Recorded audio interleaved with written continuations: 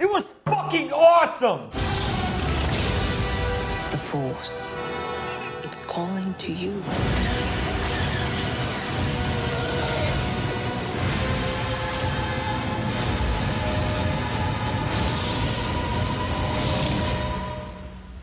Compared to George Lucas and kind of his sort of, Yeah, I think the Rob critics... Schneider's level of quality. Rob Schneider is a stapler. They made it the way that films used to be made. They made it where practical was of the utmost importance. Yeah, Where it wasn't I all think- digital, yeah. which is nice. There was some film in there, and you could tell. Yeah, well, in fairness to George Lucas, I think as someone who wanted to be an experimental filmmaker, or someone who always wanted to sort of do something different, Yeah. because a lot of his influences were based off of foreign cinema. It's hard to really appreciate the true genius of Kurosawa, I think, until you've seen a few of the films and then you've been able to see other films at the same time and be able to realize his visual style. I do want to point out one thing that I thought was absolutely brilliant, and I don't think anyone caught it. But in the original Star Wars, when they use the blaster to blast the door lock, there's like a second pause. And it's because the CGI wasn't good enough back then. And I don't know if you noticed it, but in that movie, where they have all the CGI they need, J.J. Abrams made it a point to throw a throwback, and they did the same thing. It was like a sequence where the blaster shot and there was this delay, and you could see the kind of cut within the scene. I thought it was such a great throwback to the original Star Wars. It's like such homage, because it was like the imperfection is what makes it also perfect. Yeah, it knows its flaws in its puppetry. It doesn't apologize for it. It knows that because it knows, like, when you look at CGI, what's the first thing you picture? Like, Jurassic Park, really. I mean, that's me. CGI, it's no longer impressive. But like how it's made, how do you picture it? Oh yeah, no, green screen and fake, and it's just not. And there's no reality to it. Some fucking guy eating Cheetos, like clicking on buttons. Yeah, that too. I mean, I can see that guy eating Cheetos. Like that's exactly how I picture it. Just some guy like, yeah, looks good.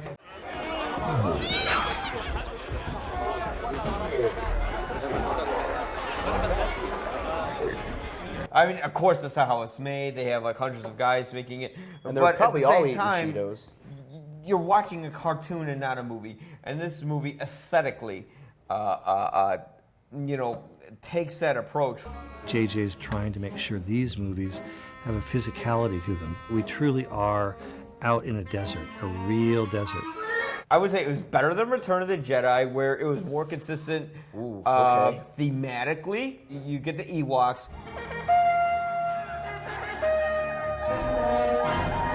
Which are like fun and fluffy, and then you get like a really, really dark personal scene with Darth Vader.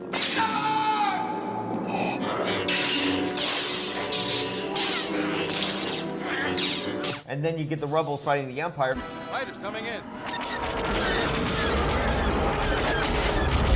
And I get that the Ewoks, they were supposed to be David versus Goliath, but you already have the rebels. So here, with this film, they stay within the same thematic premise. You have the rebels, you have the Empire. I can't believe I'm saying this, but I wish there was a little more George Lucas-y exposition with that. But I'm going to hold off on that for a second and say that I'm glad they cut into the meat of the story. I'm glad that they cut into what makes Star Wars, because it was made by a fan, for the fans. It's evidently clear. Sometimes they winked at the camera too much with this fandom, but overall, I was happy with that direction that it took. What they did with the storyline in this new one, like I said, it was a complete throwback. It was very much like, all right, we're going to basically outline, the people that we want to show you are the bad guys, and here are the good guys, and here's the plot. And I think that J.J. Abrams, definitely, who was born to make Star Wars movies, he laid it out like a Star Wars fan would lay it out. And so for the people who truly love Star Wars,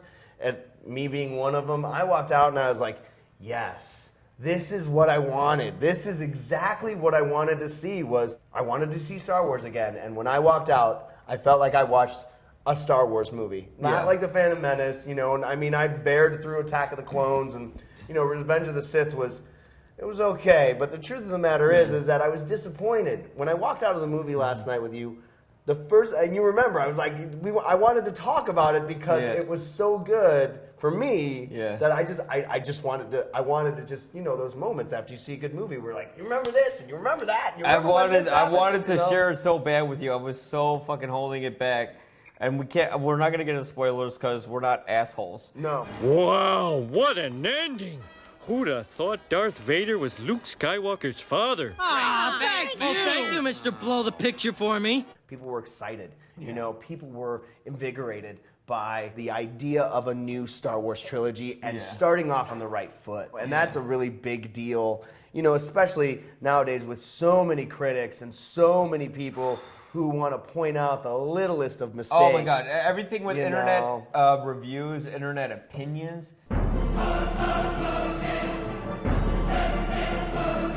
Everybody wants to find the flaw and equate it to the overall film. They say, hey, this little flaw existed, so the whole movie sucks because of it. I fucking think the new lightsaber looks stupid. Why does it have crosses on the side? It's gonna chop his fingers off. Why is there a droid with a soccer ball on it? Yeah, the movie has flaws. Big ones, you know? There's a big thing that happens in the plot, and then afterwards, when that thing happens in the plot, everybody's like, okay. And you're like, no, not okay. That thing just fucking happened. Okay, like, how the fuck are you okay with this? Calm down. Get a hold of yourself. Doctor, you're wanted on the phone.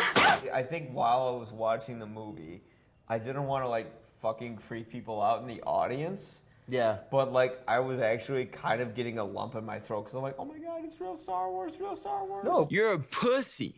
I think that any movie, no matter what it's about or what the theme is, if it connects with you emotionally, where there were moments when I was kind of sitting there and I felt emotionally connected to the characters who, in a land far, far away, it's not that easy to get that connection.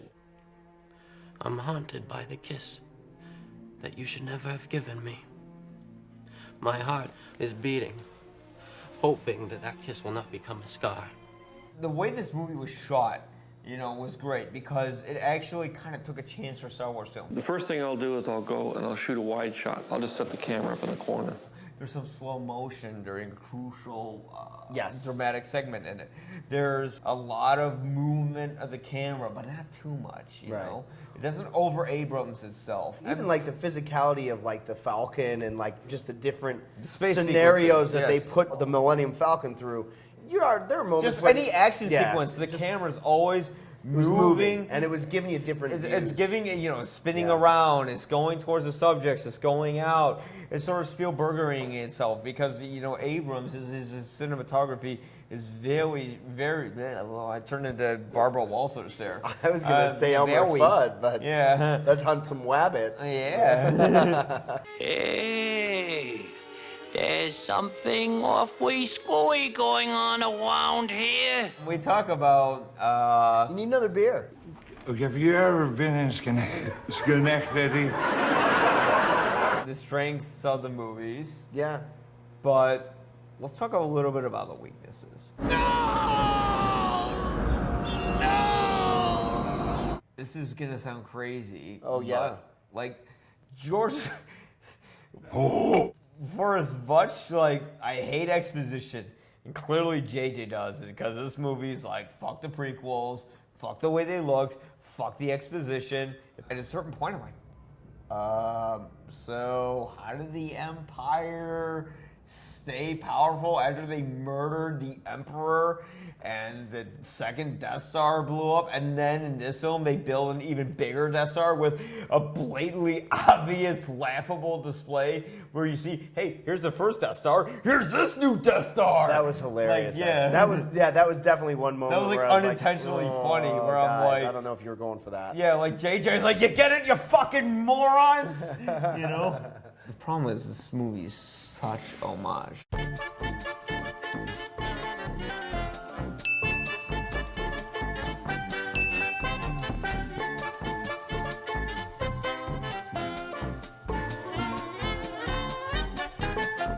It's a little too much like, hey, remember this line? Huh? Remember this reference? Huh? Like just constantly winking at the camera.